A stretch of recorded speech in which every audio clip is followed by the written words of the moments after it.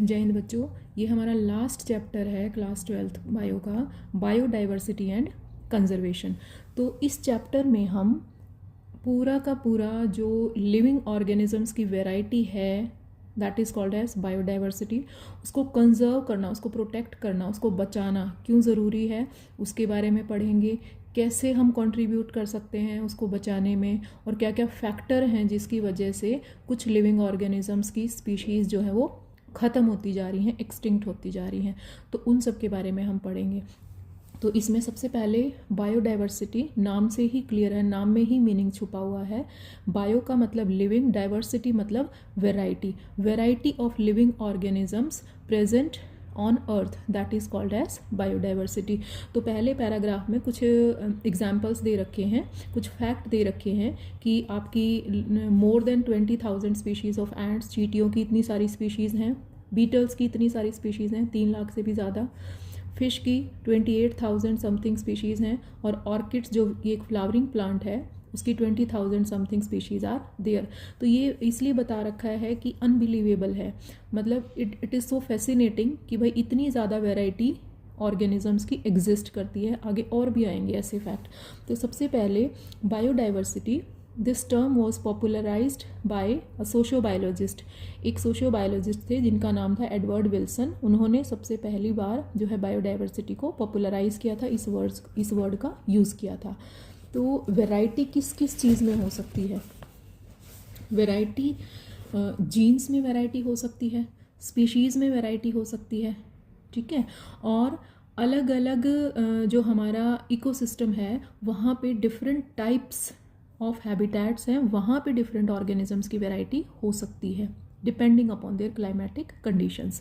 तो genetic diversity में examples दे रखे हैं आपके, 3 पॉइंट्स इसमें मेंशन किए हुए हैं। अब इस पे क्वेश्चन कैसा आएगा वो भी हम चैप्टर ख़त्म करके ना उसके बाद क्वेश्चन भी बताएंगे आपको कि किस तरह के क्वेश्चन इस पे बेस्ड आते हैं। तो जेनेटिक डाइवर्सिटी का मतलब जैसे एक एग्जाम्पल दे रखा है जीन्स की डाइवर्सिटी, यानी कि एक ही तरह की स्पीशीज़ है लेकिन उसके जीन्स में वेरिएशन है, तो उन जीन में वेरिएशन की वजह से उसकी इतनी सारी वैरायटी, जैसे मैंगो की more than 1,000 varieties are there. इसी तरीके से राइस की more than 50,000 varieties of rice are there. Similarly एक मेडिसिनल प्लांट है जिसका नाम है रावोल्फिया वोमिटोरिया, ये हिमालयन रीजन में पाया जाता है, और इसमें एक केमिकल होता है जिसका नाम होता है रेसरपिन। तो ये जो रेसरपिन केमिकल है, ये इसकी अलग अलग जो स्पीशीज़ हैं इस प्लांट की, उनमें इसकी कॉन्सेंट्रेशन और इसकी इफ़ेक्टिवनेस डिफरेंट होती है। तो क्या हो गई, ये जेनेटिक डाइवर्सिटी हो गई। उसके बाद है स्पीशीज़ डाइवर्सिटी, जहाँ पे ज़्यादा रेनफॉल होगी और टेम्परेचर जो है थोड़ा सा वार्म होगा, वहाँ पे जो डाइवर्सिटी ऑफ स्पीशीज़ है, वैरायटी ऑफ स्पीशीज़ है, वो हाई होगी। तो इसका एक एग्जांपल है कि हमारा जो वेस्टर्न घाट्स है वहाँ पे ज़्यादा डाइवर्सिटी है स्पीशीज़ की as compare to the Eastern Ghats. तो इसका रीज़न क्या है? क्योंकि वेस्टर्न घाट्स में ज़्यादा रेनफॉल होती है और वहाँ का क्लाइमेट कैसा है? ट्रॉपिकल है, थोड़ा वार्मर क्लाइमेट है कंपैरेटिवली। उसके बाद है ecological diversity. At the ecosystem level जो हमारा इंडिया है, यहाँ पे डेजर्ट्स भी हैं, रेन फॉरेस्ट भी हैं, मैंग्रोव्स भी हैं, ठीक है ना, और आपके कोरल रीफ्स भी हैं ओशियन के अंदर, वेटलैंड्स भी हैं, एस्चरीज भी हैं, एल्पाइन मीडोज़ भी हैं। तो अलग अलग एरिया में अलग अलग टाइप के प्लांट्स और एनिमल्स पाए जाते हैं। कोल्डर क्लाइमेट में कुछ अलग तरह के होंगे, सी में कुछ अलग तरह के होंगे, रेन फॉरेस्ट में डिफरेंट टाइप्स ऑफ प्लांट्स और एनिमल्स होंगे, ठीक है। तो ये बताया गया है कि इंडिया जो कि इक्वेटर के पास सिचुएटेड है, वहाँ पे ऑर्गेनिजम्स की जो डाइवर्सिटी है वो एक कोल्ड क्लाइमेट में, टेम्परेट क्लाइमेट में एक कंट्री है नॉर्वे, उसके कंपैरिजन में डाइवर्सिटी इंडिया में बहुत ज़्यादा है। So it is depending upon the ecosystem कि वहाँ का इकोसिस्टम कैसा है, ठीक है। उसके बाद आ जाते हैं कि how many species are there on earth and how many in India. तो एक IUCN क्या है? International union of conservation of nature and natural resources, ठीक है। ये एक ऑर्गेनाइजेशन है, इंटरनेशनल यूनियन फॉर कंजर्वेशन आएगा, conservation of nature and natural resources. So 2004 में जो total number of plants and animal species जो डिस्क्राइब किए गए हो चुके हैं तो उनके अकॉर्डिंग जो है वो slightly more than 1.5 million, million का मतलब होता है 10 लाख, तो ये लगभग 15 लाख के आसपास है। लेकिन कोई ऐसा क्लियर आइडिया अभी तक नहीं है कि कितनी स्पीशीज़ जो हैं वो डिस्कवर हो चुकी हैं और डिस्क्राइब हो चुकी हैं, अभी भी कोई क्लियर आइडिया इसका नहीं है। ठीक है, कुछ एक्सट्रीम एस्टिमेट्स भी हैं कि भाई जो स्पीशीज़ हैं हमारी अर्थ पे वो 20 to 50 मिलियन तक भी हो सकती हैं। ठीक है, और एक जो हैं साइंटिस्ट हैं रॉबर्ट में, उन्होंने एक एस्टिमेट दिया कि नहीं भाई इतनी भी नहीं है और इतनी भी नहीं है, कितनी है ग्लोबल स्पीशीज़ डाइवर्सिटी, वो किसके लगभग है, लगभग 7 मिलियन के आसपास है। ठीक है, तो अब एग्जैक्टली कितना है वो अभी तक क्लैरिफाई नहीं हुआ है, क्योंकि अभी तक भी बहुत सारे ऑर्गेनिजम्स ऐसे हैं जो डिस्कवर नहीं हुए हैं, जो अभी तक अनआइडेंटिफाइड हैं। तो अब नेक्स्ट पेज पे एक डायग्राम दे रखा है, डायग्राम से समझो पहले, ये ऊपर वाला अपने आप क्लियर हो जाएगा। ये कुछ पॉइंट हैं, ये अंडरलाइन मैंने किए हुए हैं। देखो इन्वर्टिब्रेट्स में, देखो इन्वर्टिब्रेट्स में सबसे ज़्यादा है इंसेक्ट। हमने 9th में भी पढ़ा है कि largest phylum of animal kingdom है आर्थ्रोपोडा, और आर्थ्रोपोडा में ही इंसेक्ट आते हैं। तो ठीक है, इन्वर्टिब्रेट में सबसे ज़्यादा क्या है, इंसेक्ट। फिर वर्टिब्रेट्स में देखो, वर्टिब्रेट्स में सबसे ज़्यादा क्या है, फिश। ठीक है, उसके बाद प्लांट्स में, हालांकि फंजाई आपका एक अलग ही किंगडम है, लेकिन फिर भी just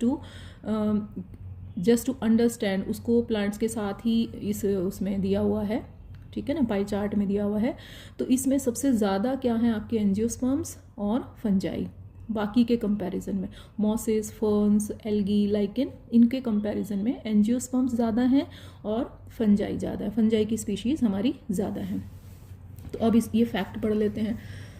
more than 70% of all species जो अभी तक फाइंड आउट हो चुकी हैं, तो ज़्यादा क्या है, एनिमल्स हैं, और जो प्लांट्स हैं सबको इकट्ठा मिला के वो 22% के आसपास हैं। ठीक है, तो एनिमल्स में से भी सबसे ज़्यादा कौन है, मोर देन 70% कौन है, इंसेक्ट्स हैं।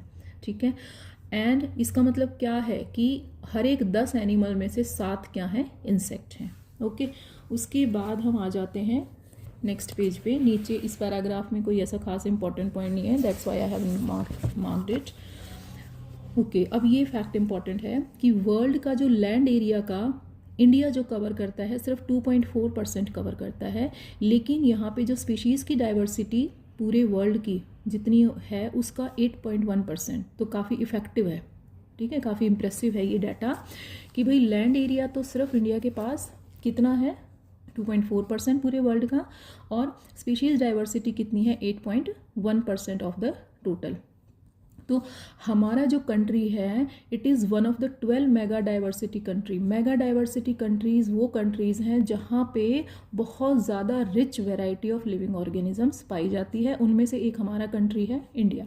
ओके, अब हम nearly 45,000 species of plants and twice as many that of animals. इसका मतलब क्या है, इसका डबल यानी कि 90,000 something species of animals have been recorded from India.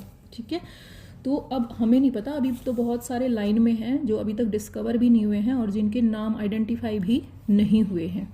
तो अगर रॉबर्ट मे का ग्लोबल एस्टीमेट अगर हम एक्सेप्ट करें तो only 22% of the total species अभी तक फाइंड आउट हुई हैं, बाकी तो अभी डिस्कवर ही नहीं हुई हैं।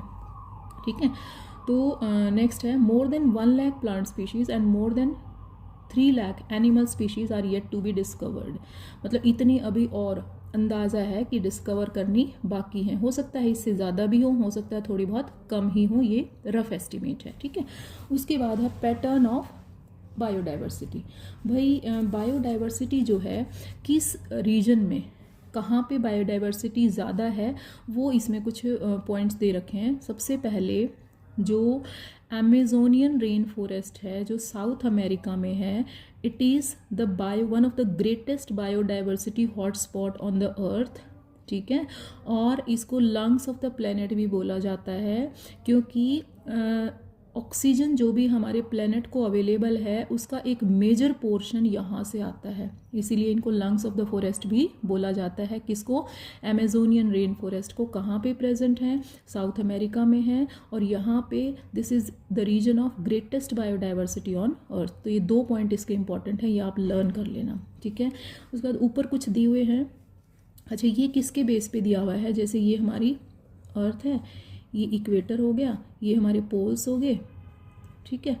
तो इक्वेटर के पास ना डाइवर्सिटी ज़्यादा रिच होती है, क्योंकि यहाँ का जो टेम्परेचर है ना, यहाँ पे सनलाइट ज़्यादा लंबे टाइम तक अवेलेबल रहती है। जितना ज़्यादा लंबे टाइम तक सनलाइट अवेलेबल रहेगी उतना ज़्यादा प्रोडक्टिविटी ज़्यादा होगा। More productivity, more number of species, ठीक है। जैसे जैसे पोल्स की तरफ जाएंगे वैसे वैसे एक तो यहाँ पे डिस्टर्बेंस ज़्यादा हुई है, ठीक है ना, during the course of evolution, और एक यहाँ पे ज़्यादातर जो पार्ट ऑफ द ईयर यहाँ पे ग्लेशिएशन यानी कि जो स्नोफॉल है, जो स्नो डिपोजिशन है वो ज़्यादा रहती है, टेम्परेचर कोल्ड रहता है, डिस्टर्बेंस ज़्यादा हुई है, तो यहाँ पे डाइवर्सिटी कम है, यहाँ पे डाइवर्सिटी कम है। जो इक्वेटर के पास जो रीजन होंगे वहाँ पे डाइवर्सिटी ज़्यादा होगी। तो हमारा इंडिया लगभग यहाँ पे लोकेटेड है, इक्वेटर के पास है, इसीलिए हमारा जो इंडिया है कंट्री वो रिच इन बायोडाइवर्सिटी है, ठीक है। तो रेनफॉल भी अच्छी खासी अवेलेबल है, और टेम्परेचर जो है जितना जो सफिशिएंट प्रोडक्टिविटी के लिए चाहिए वो भी इजीली अवेलेबल है। तो और फैक्ट इसमें क्या दे रखे हैं कि ये यही बता रखा है कि इक्वेटर के पास बायोडाइवर्सिटी ज़्यादा है, पोल्स के पास बायोडाइवर्सिटी कम है। अब छोटे छोटे फैक्ट आपने लर्न करने हैं। जैसे आपका एक फैक्ट ये है, Colombia located near the equator has nearly 1400 species of birds, जबकि न्यूयॉर्क जो है वो थोड़ा सा दूर है इक्वेटर से, और वहाँ पे स्पीशीज़ ऑफ बर्ड्स कितनी है? 105, ठीक है। ग्रीनलैंड थोड़ा सा और दूर है, तो वहाँ पे स्पीशीज़ ऑफ बर्ड्स कितनी है? 56। India with most of its land area in the tropical latitudes, यहाँ पे बर्ड्स की लगभग 1200 के आसपास स्पीशीज़ प्रेजेंट हैं, ठीक है। उसके बाद है tropical region like Ecuador, it has up to 10 times as many species of vascular plants. Vascular plants वो होते हैं जिनमें जाइलम फ्लोएम होता है, ठीक है, यानी कि pteridophyta onwards, as a forest of equal area in a temperate region like the Midwest of the USA, यानी कि यहाँ पे वॉस्कुलर प्लांट्स की स्पीशीज़ ज़्यादा है एज़ कम्पेयर टू द जो कोल्ड क्लाइमेट के जो फॉरेस्ट है, ठीक है, टेम्परेट रीजन के जो फॉरेस्ट हैं। उसके बाद दे रखा है अमेजोन रेन फॉरेस्ट का, हमने ऑलरेडी डिस्कस कर लिया है। यहाँ पे बता रखा है अमेजोन जो रेन फॉरेस्ट है इट इज़ होम टू, यानी कि यहाँ पे प्रेजेंट हैं more than 40,000 species of plants, 3,000 of fish, 1,300 of birds, 427 species of mammals, 427 of amphibians and 378 types of reptiles and more than 1,25,000 invertebrates। तो ये एक मतलब रफ एस्टिमेट दिखा रखा है कि इतना रिच बायोडाइवर्सिटी है यहाँ पे, ठीक है। तो अब आ जाते हैं कि भाई जो what is so special about tropics, tropics में ऐसी क्या चीज़ है भाई जो कि इनको स्पेशल बनाती है, जो कि इनको बायोडाइवर्सिटी में रिच बनाती है। दो रीज़न तो आपके यहाँ पे दे रखे हैं। सबसे पहला क्या है कि जो स्पेसिएशन है it is a function of time. Unlike temperate regions, जो टेम्परेट रीजन है वहाँ पे डिस्टर्बेंस ज़्यादा रही पास्ट में, ठीक है, और जो ट्रॉपिकल लैटिट्यूड्स है ये वाला जो रीजन है इक्वेटर के पास वाला, यहाँ पे डिस्टर्बेंस कम रही फॉर मिलियंस ऑफ ईयर्स। और स्पेसिएशन होने में कोई फटाफट से नहीं हो जाता 1-2 साल में, इसमें मिलियंस ऑफ ईयर्स लगते हैं। तो जहाँ डिस्टर्बेंस कम रही वहाँ स्पीशीज़ की डाइवर्सिटी ज़्यादा रही, ठीक है। और नेक्स्ट पेज पे आ जाते हैं। तो दूसरा पॉइंट क्या है कि यहाँ का जो क्लाइमेट था वो एनवायरनमेंट कैसा था? ट्रॉपिकल एनवायरनमेंट है, ठीक है। तो ट्रॉपिकल है तो इसका मतलब वार्म है और रेनफॉल भी ज़्यादा है, तो less seasonal, relatively more constant and predictable, disturbance कम है unlike the temperate one. Temperate मतलब कोल्ड रीजन्स। तो ऐसा ही कांस्टेंट एनवायरनमेंट चाहिए होता है स्पीशीज़ की डाइवर्सिटी को बढ़ाने के लिए। तीसरा पॉइंट क्या है कि इक्वेटर के पास मोर सोलर एनर्जीज अवेलेबल। ट्रॉपिकल जो एरिया है वहाँ पे सोलर एनर्जी ज़्यादा है, सोलर एनर्जी ज़्यादा है तो फोटोसिंथेसिस ज़्यादा होगा, फोटोसिंथेसिस ज़्यादा होगा तो प्रोडक्टिविटी भी ज़्यादा होगी। जितनी ज़्यादा प्रोडक्टिविटी उतने ज़्यादा तरह के प्लांट, उतने ज़्यादा तरह के एनिमल्स, तो उतनी ही ज़्यादा डाइवर्सिटी, ठीक है। अब एक ग्राफ दे रखा है to show species area relationship. एक जियोग्राफर थे जिनका नाम था वोन हम्बोल्ट, उन्होंने इसको स्टडी किया था। उनके अकॉर्डिंग जैसे जैसे एरिया बढ़ता जाएगा वैसे वैसे स्पीशीज़ की रिचनेस भी बढ़ती जाएगी, लेकिन एक लिमिट तक, up to a limit only, ठीक है।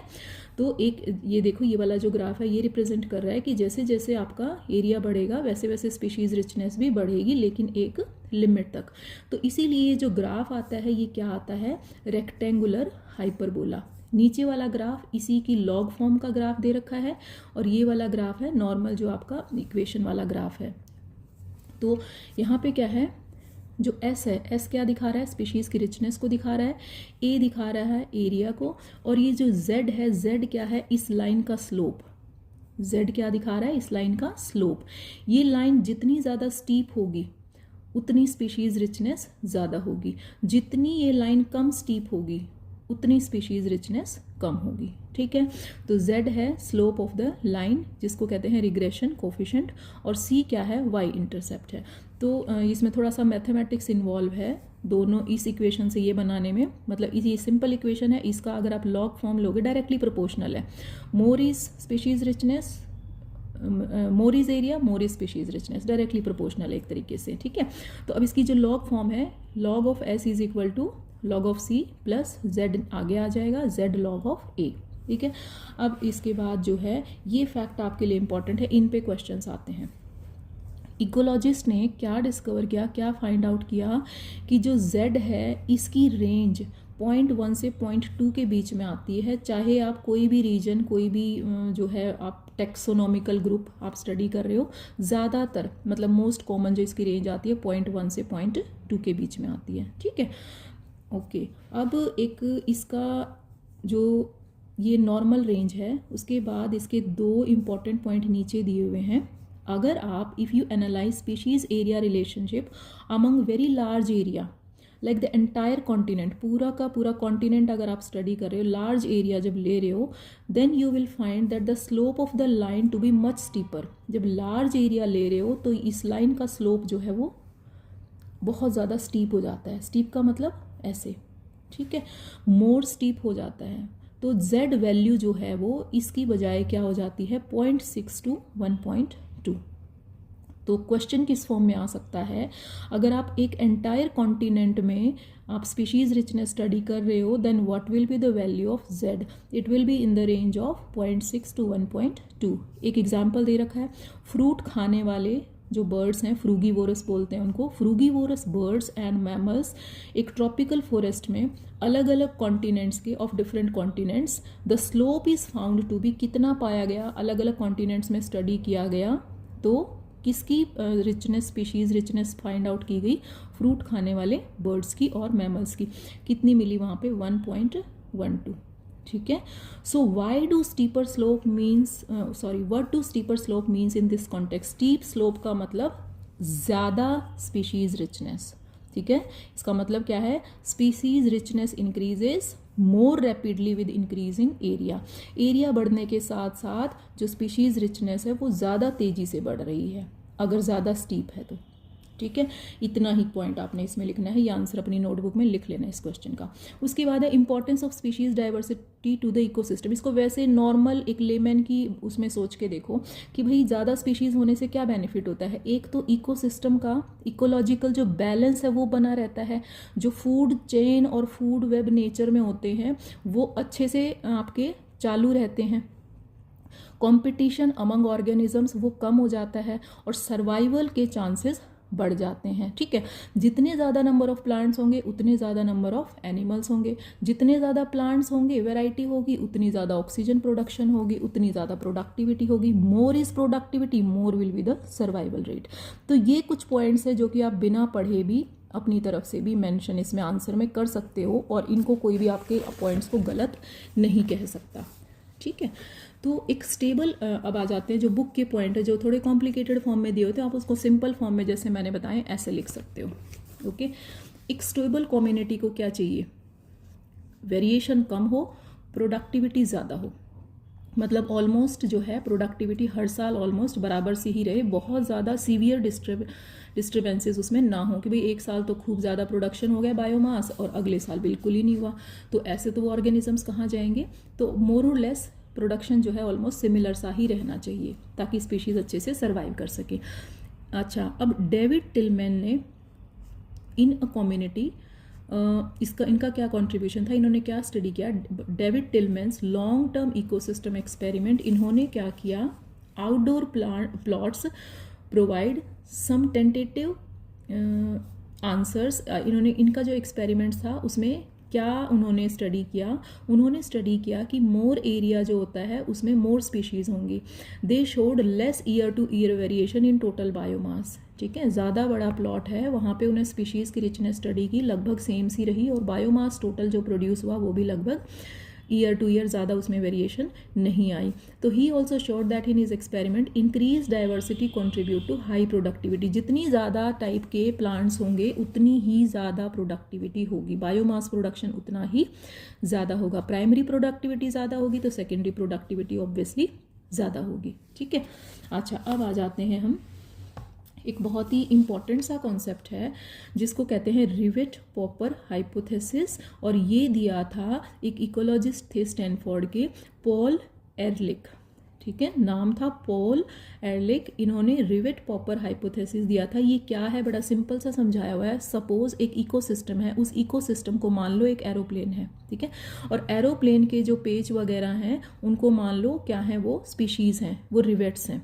ठीक है, तो क्या मान उस एरोप्लेन में बहुत सारे यात्री बैठे हैं और एक यात्री मान लिया कोई एक पेज अपनी सीट का निकाल लेता है, तो यानी कि एक स्पीशीज़ उसने हटा दी और जाते टाइम अपने घर ले गया। ठीक है, दूसरे ने भी क्या किया, अगली फ्लाइट में कोई दूसरे ने भी क्या किया, कोई एक और पेज निकाल लिया कहीं से खिड़की के आसपास से और वो ले गया। ऐसे ऐसे ऐसे ऐसे करते करते धीरे धीरे क्या होगा भाई, एक दो निकलेगा तो ज़्यादा एरोप्लेन की वर्किंग पे फ़र्क नहीं पड़ेगा, इकोसिस्टम की वर्किंग पे फ़र्क नहीं पड़ेगा।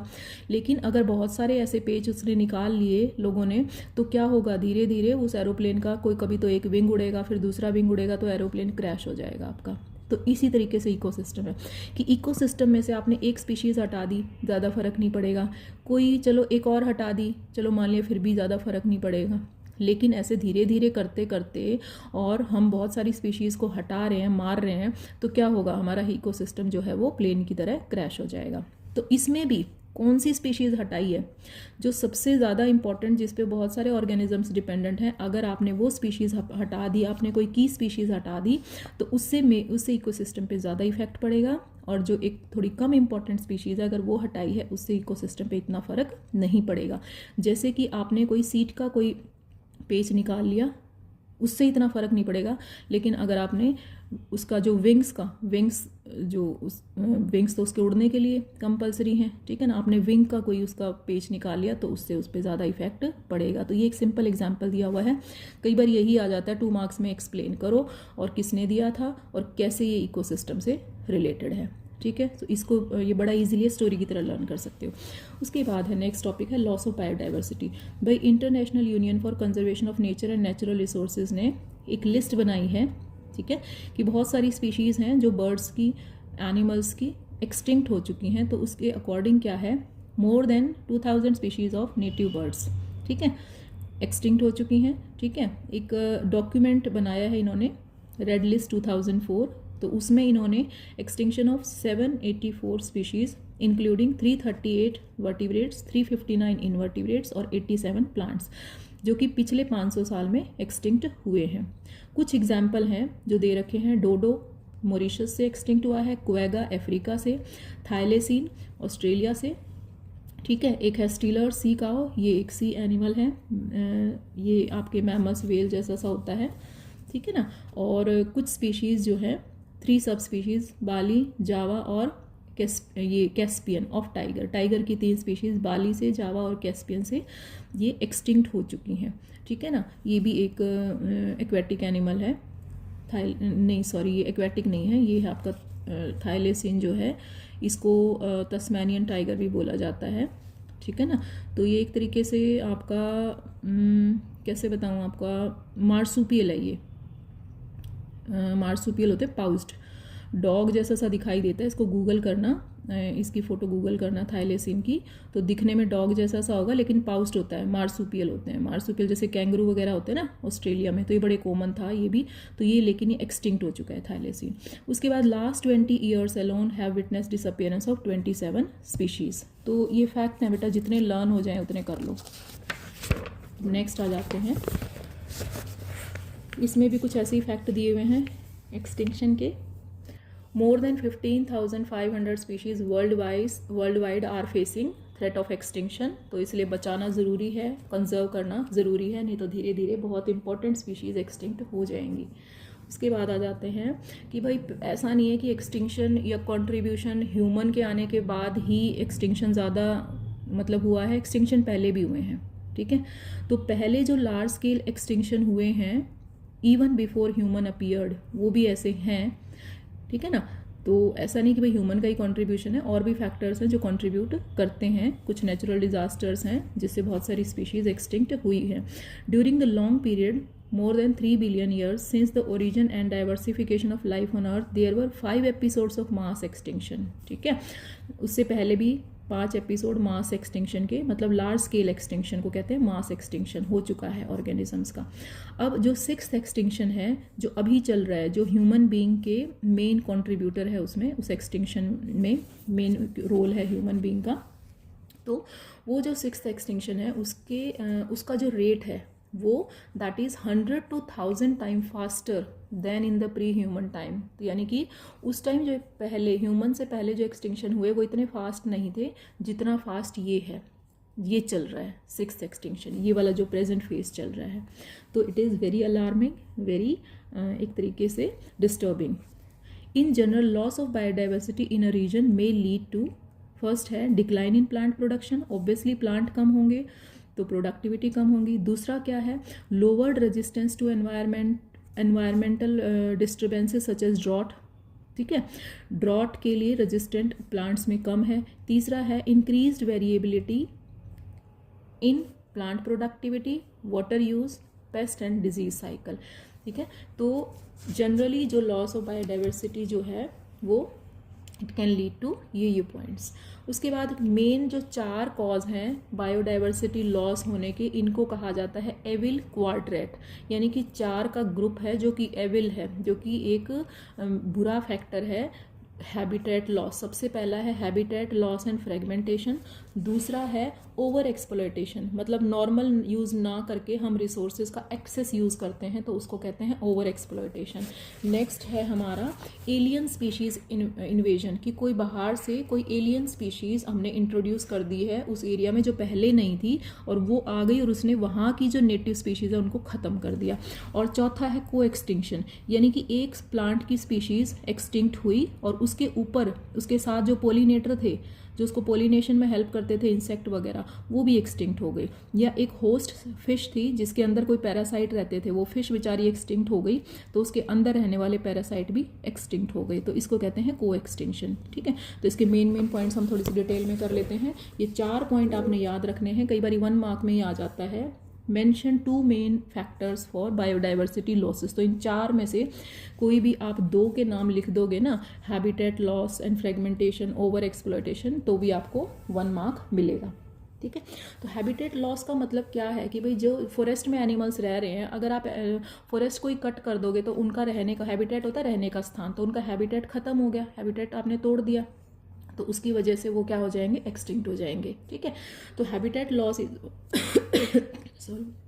habitat loss is one of the main reason for species extinction. Once covering more than 14% of Earth's land surface, जो ट्रॉपिकल रेन फॉरेस्ट हैं वो 14% लैंड सरफेस कवर करते थे, लेकिन अब वो कितना कवर कर रहे हैं, 6%, यानी कि इतने सारे हमने ख़त्म कर दिए हैं। किस लिए ख़त्म करे, हमने अपने बेनिफिट के लिए। क्या बेनिफिट के लिए, हमने कहीं पे तो सोयाबीन उगाई क्योंकि सोयाबीन भाई बहुत महंगी बिकती है, कहीं पे हमने ग्रास लैंड उगा दिए। ग्रास लैंड क्यों उगा दिए, ताकि हम वहाँ पे कैटल को ग्रेज कर सकें, कैटल का बीफ बेचा जाता है ना, गाय भैंस का मीट खाते हैं लोग, तो बीफ कैटल को पालने के लिए ग्रास लैंड बना दिए। तो हमने वहाँ के नेचुरल जो हैबिटेट था, नेचुरल जो फॉरेस्ट थे, उनको हमने डिस्ट्रॉय कर दिया।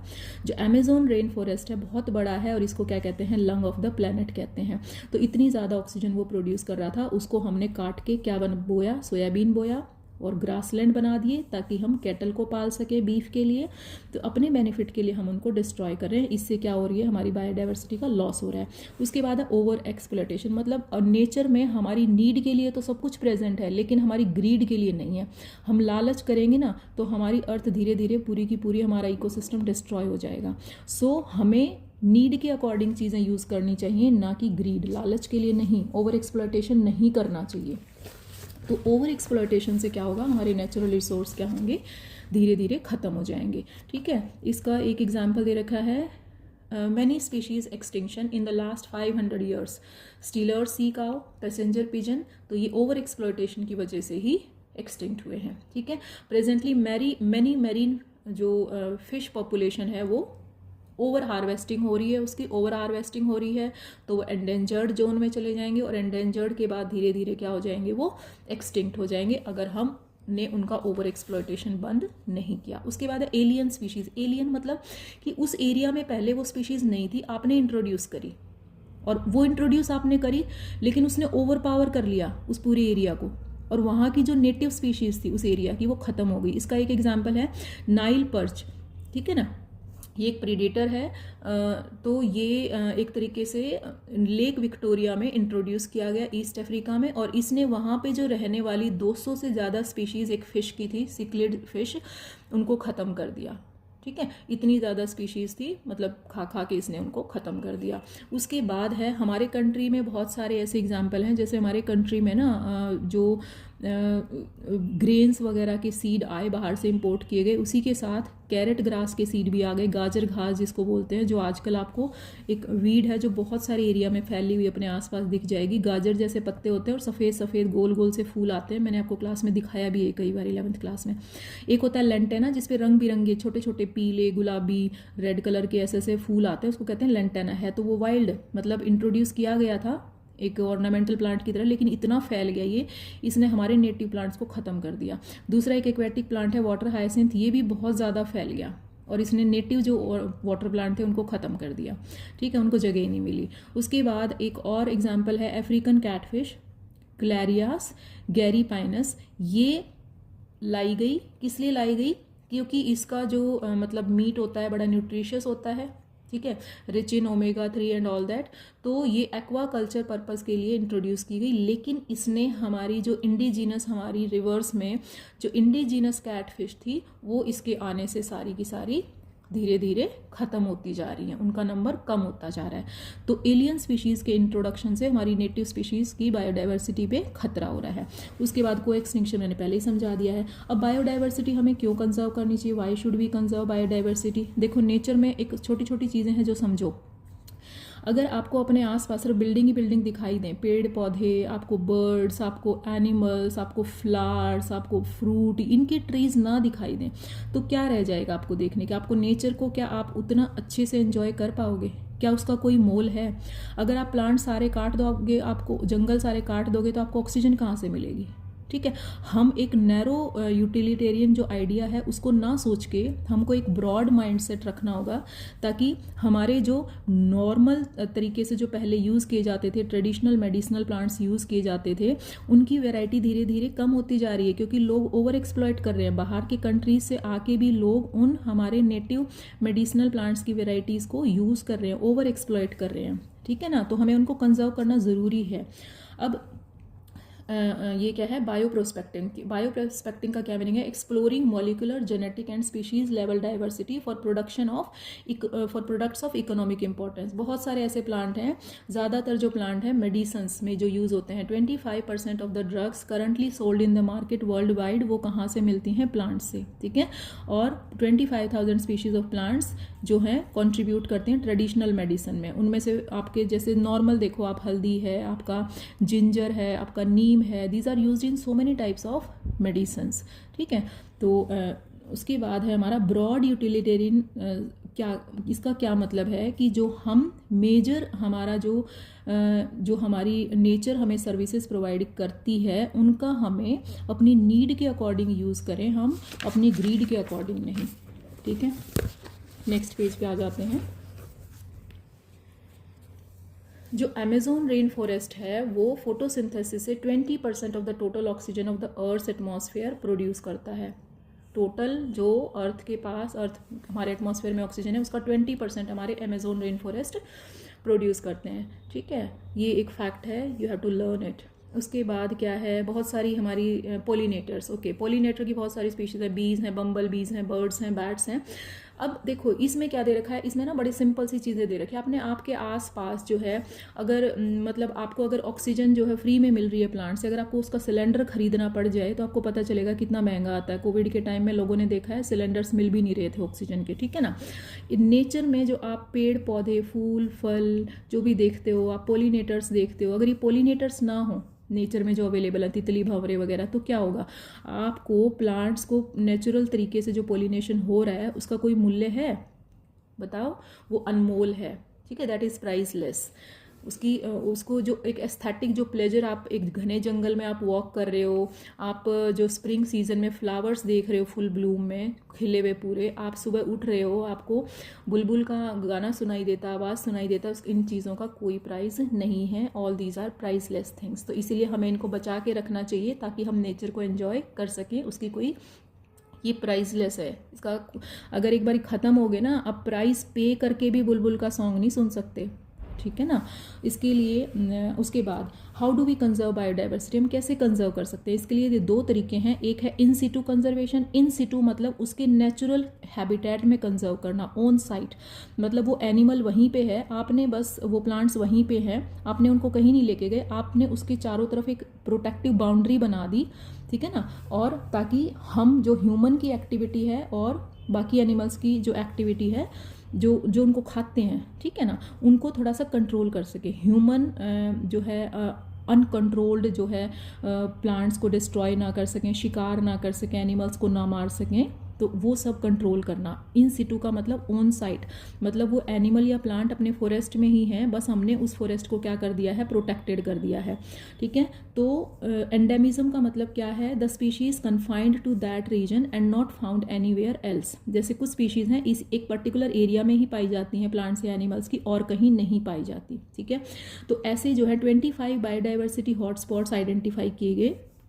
अब जो total number of biodiversity hotspots in the world कितने हैं, 34। नीट में इस तरह के क्वेश्चंस आ जाते हैं, ठीक है। इन हॉटस्पॉट्स में से हमारे कंट्री में कितने हैं, 3 hotspot, western Ghats and Sri Lanka, ये थोड़ा सा मतलब कुछ रीजन हमारे कंट्री में है, कुछ रीजन दूसरे कंट्री में है, Indo Burma region and Himalayas, ये कवर करता है हमारे कंट्री का जो मोस्ट जो है बायोडाइवर्सिटी रिच हॉटस्पॉट्स रीजन्स हैं, वो ये 3 दिए गए हैं, जिनमें कुछ एरिया हमारे कंट्री में, कुछ दूसरे कंट्री में है। All the biodiversity hotspot put together cover less than 2% of the earth's land area, लेकिन यहाँ पे नंबर ऑफ स्पीशीज़ इतनी ज़्यादा हैं, ठीक है ना। तो अगर हम इनको प्रोटेक्ट करेंगे तो आने वाले टाइम में ये स्पीशीज़ जो है वो बची रहेंगी। नेक्स्ट पेज पे आ जाते हैं। ये फिर नीट में इनमें से भी कुछ क्वेश्चन आते हैं। India now has 14 biosphere reserves, 90 national parks, 448 wild life sanctuaries.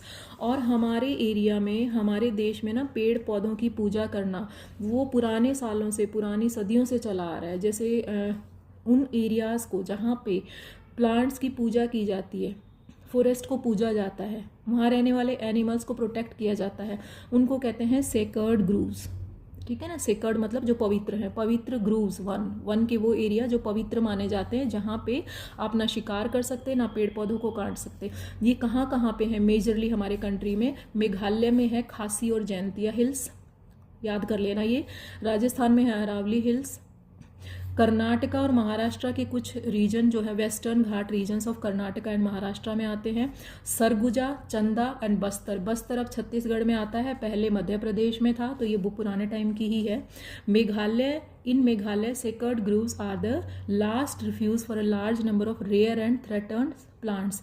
In sacred groves में जो ट्रेडिशनल वहाँ के ट्राइबल लोग हैं, वहाँ के प्लांट और एनिमल की पूजा करते हैं, प्रोटेक्ट करते हैं। अब पता नहीं, मुझे ना एक बचपन की अपनी वो याद है इंसिडेंस कि हमारे खेत में हम बचपन में जाते थे, तो वहाँ पे ना मतलब बाग था हमारे खेत में बहुत बड़ा सा, और वहाँ पे एक आंवले का पेड़ था। तो हम देखते थे, अब एग्जैक्टली तो मुझे नहीं ध्यान, पर शायद एकादशी होती थी, एकादशी पे ना बहुत सारी औरतें अपने पूजा का सामान लेके गांव से खेत में आती थी, और आंवले के पेड़ हर जगह अवेलेबल नहीं होते थे, तो हमारे खेत में था, तो वहाँ पे स्पेशली आके वो आंवला की पूजा करके जाती थी। तो ऐसे ही ट्रेडिशंस में, जैसे आपके राजस्थान में है, राजस्थान में खेजरी पेड़ की पूजा की जाती है। तो ऐसे बहुत सारे और एरियाज़ हैं जहाँ पे ट्रीज़ को पूजा जाता है और उनको नुकसान नहीं पहुंचाया जाता। उसके बाद है नेक्स्ट कंजर्वेशन का तरीका है ex situ conservation. Ex situ का मतलब ऑफ साइट। ऑफ साइट का मतलब कि अपने उसके नेचुरल हैबिटेट में ना कंजर्व करके उसका नंबर इतना कम हो गया उस प्लांट या एनिमल का कि आपको उसको प्रोटेक्टेड एनवायरनमेंट में रख के आर्टिफिशियल मतलब उस जगह से दूर, मतलब उस जगह पे खतरा है उसको आपको एक्स सिटू ऑफ साइट जगह पे, समझ रहे हो, जैसे आपके जू हैं, ज़ूलॉजिकल पार्क्स हैं, बोटेनिकल गार्डन्स हैं या वाइल्ड लाइफ सफारीज़ हैं, तो ऐसी जगह बनाई जाती हैं, ठीक है ना, उनको कंडीशंस दे के ऐसी आसपास, ताकि वो प्रोटेक्टेड रह सकें। अब एक्स सिटू कंजर्वेशन में क्या क्या पॉइंट आते हैं, एक तो ये आगे, दूसरा सेकंड पॉइंट आप क्या लिखोगे, इसको पॉइंट्स में वो करना, सिर्फ एनिमल्स और प्लांट्स को ही नहीं प्रोटेक्ट किया जाता, उनके गैमेट्स को भी, उनकी रिप्रोडक्टिव सेल्स को भी प्रोटेक्ट किया जाता है आजकल। उसको एक बहुत ही लो टेम्परेचर पे, फ्रीजिंग टेम्परेचर पे लिक्विड नाइट्रोजन में प्रिजर्व करते हैं, किसको, गैमेट्स को या एग्स को। कहाँ पे, लेबोरेटरी कंडीशंस में, ठीक है। इस टेक्निक को कहते हैं क्रायो प्रिजर्वेशन। तो cryopreservation is a technique in which gametes, eggs, sperms etcetera are kept in a very low temperature, ठीक है, और इनको लिक्विड नाइट्रोजन में प्रोटेक्ट करके रखा जाता है। उसके बाद कुछ प्लांट्स ऐसे होते हैं भाई जो पहले अवेलेबल थे, देसी वैरायटी उनकी, लेकिन अब बहुत ही वो प्रीशियस हो गए हैं, बहुत ही आसान, मुश्किल से ढूंढने पे मिलते हैं, तो उनको सीड बैंक्स में रखा जाता है। तो सीड्स को कहाँ रखा जाता है, सीड बैंक्स में, और गैमेट्स को कहाँ रखा जाता है, क्रायो प्रिजर्वेशन टेक्निक से उनको लैब्स में रखा जाता है इन वायबल एंड फर्टाइल कंडीशन। मतलब सालों बाद भी, जैसे आजकल एक बड़ा ही रिसेंट ट्रेंड चल रहा है कि किसी को मतलब अभी लेट शादी करने का ट्रेंड चल रहा है ना, तो किसी को है कि भाई लेट शादी करनी है, और तो लेट शादी करेंगे तो बेबीज़ भी लेट ही चाहिए, लेकिन जो मोस्ट फर्टाइल जो पीरियड है वो up to 30 years of age female में माना जाता है। तो क्या करती हैं फीमेल आजकल, एग्स को प्रिजर्व करवा के लैब में रख लेती हैं, ताकि जब उनको ज़रूरत हो उन एग्स का यूज़ करके वो इन विट्रो फर्टिलाइजेशन से बेबीज़ प्रोड्यूस कर सके, ठीक है। उसके बाद है भाई बायोडाइवर्सिटी को कंजर्व करने के लिए डिफरेंट जो कंट्रीज़ हैं उन्होंने क्या काम किए हैं। तो एक अर्थ समिट जो है रियो डी जेनेरियो में हुआ 1992 में, बहुत सारे कंट्रीज़, बहुत सारे नेशंस हैं, उन्होंने ये समिट ऑर्गेनाइज किया मिलके, ताकि बायोडाइवर्सिटी को कंजर्व करने के लिए कदम उठा सकें, ठीक है। और फिर इसका फॉलोअप हुआ, कब हुआ, 2002 में। कहाँ पे हुआ, साउथ अफ्रीका में, जोहान्सबर्ग में। तो ये क्वेश्चन इस तरीके के आ सकते हैं, पहला समिट और समिट कहाँ हुआ, दूसरा कहाँ पे हुआ, इसका फॉलोअप क्या किया गया, क्या प्लेज ली गई, क्या शपथ ली गई कि 2010 तक हम जो बायोडाइवर्सिटी का लॉस है उसको कम करने की कोशिश करेंगे, बहुत ज़्यादा कम करने की कोशिश करेंगे, लेकिन ये आपको सोचना है कि क्या वो कम हुआ कि नहीं, ठीक है। तो टॉपिक ख़त्म है मेरी तरफ से, इसको लर्न करो और नेक्स्ट क्लास में इसके डाउट्स पूछना। Thank you.